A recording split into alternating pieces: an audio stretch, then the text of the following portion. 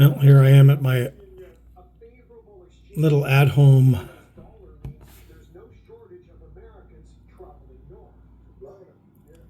news station. So today I was trying to say, let's continue on my news blurbs. Let's do a summation of all the news today in Canada and on YouTube, what the algorithms are trying to punch out and what they're not talking about. I love using AI. I mean, I'm posting this stuff. People get to see some of my videos and my books. I'm trying to give you the under the hood mechanics view of what I'm doing here. Anybody can do this. This isn't rocket science stuff here, but you can become a genius in using this. What's the big push? What's the algorithm highlighting? Kazakhstan extremists, Carney, EV backstopping by Canadian push and trade defense, stock market resilience, blah, blah, blah. What it's not talking about, real drivers of extremism in financing. None of that seems important. What about the EV backtrack? Quick summary on that.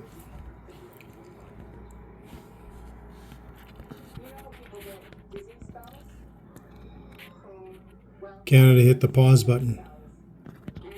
I didn't realize that because of the tax credits, hundreds of millions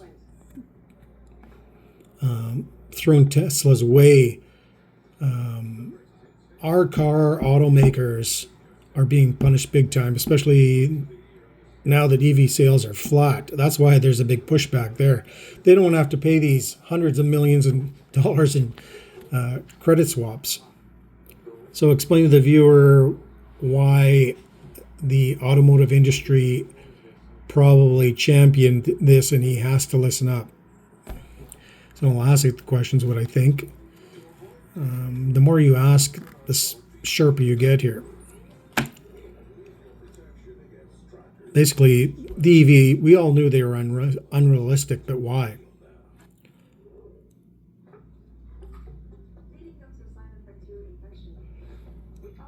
Auto manufacturing is a pillar of Ontario's economy. Yeah, we know that. If he lost them, he'd be bleeding political capital as fast as the industry was bleeding cash. This wasn't about climate denial, it's about survival. His and the auto sectors. So, what about the hundreds of millions that the automakers would have had to pay out if he didn't backstop this year? Let's see what he's going to say about that. The money flow, the credit trap. Hundreds of $1 million every year being siphoned from Canadian and global automakers straight into Tesla's pocket.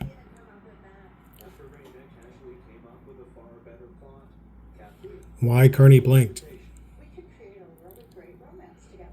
If he hadn't paused the mandate, the industry would have been forced to cut jobs, delay plans, push costs onto consumers.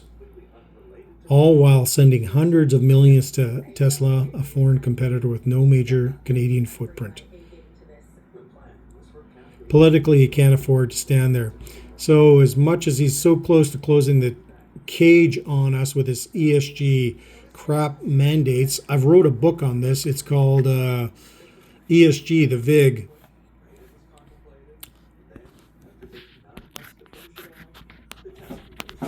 He's basically a crime boss of all the crime bosses. Illustrate for the readers my ESG book and how it ties in all areas that were being sliced. Our wallets are being drained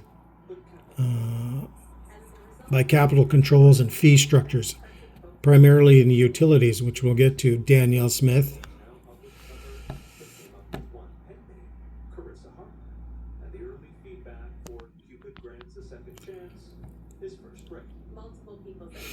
Yeah, so it's saying ESG isn't about saving the planet. It's about creating a new tax layer. A VIG on VIGs is why I called it. investments.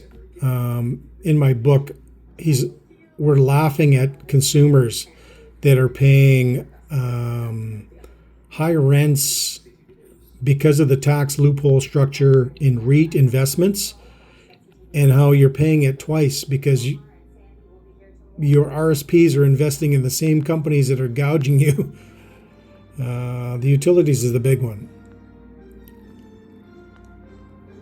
Why my book matters. The book connects the dots. ESG isn't just a global policy buzzword. It's the same logic behind why Albertans are paying $100 a month in admin fees on their power bills, why groceries are unaffordable, why capital is being siphoned from small businesses into elite-approved channels.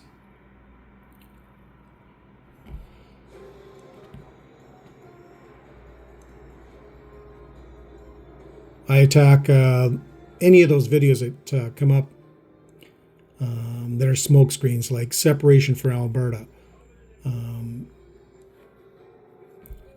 We talked extensively about separation idea being a folly, in how if a premier with a majority government in Alberta wants to change not only Alberta but the landscape of Canada and use Bill C-5 against Carney, because he's going to try and use it to run over treaty rights. Anyone that wants to get in the way will be framed as obstruction of process.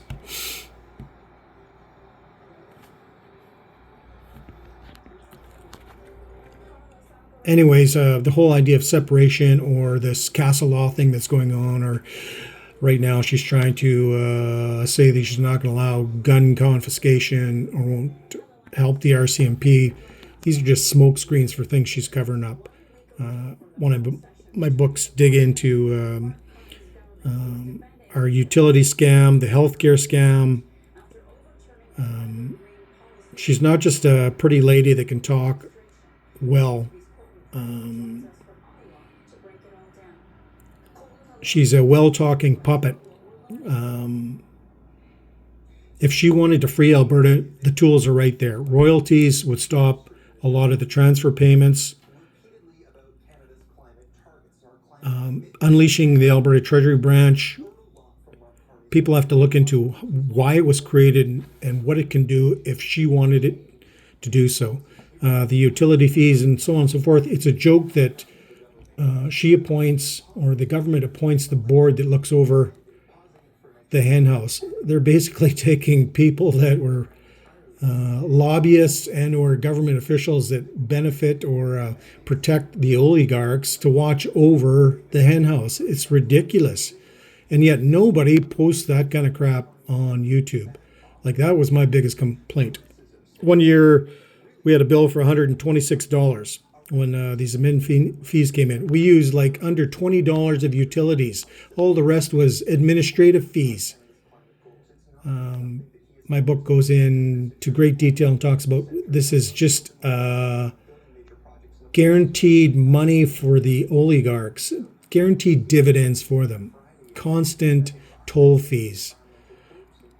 Everything about Mark Carney is private equity coming in, saddling the taxpayer with the debt and risk, and the rewards go anywhere but to us. All of that could be flipped upside down. Our world could be like night and day tomorrow if we had a new party that people focus fire on. And that's what these videos, this kind of analysis, I flesh out. And that's why I do this.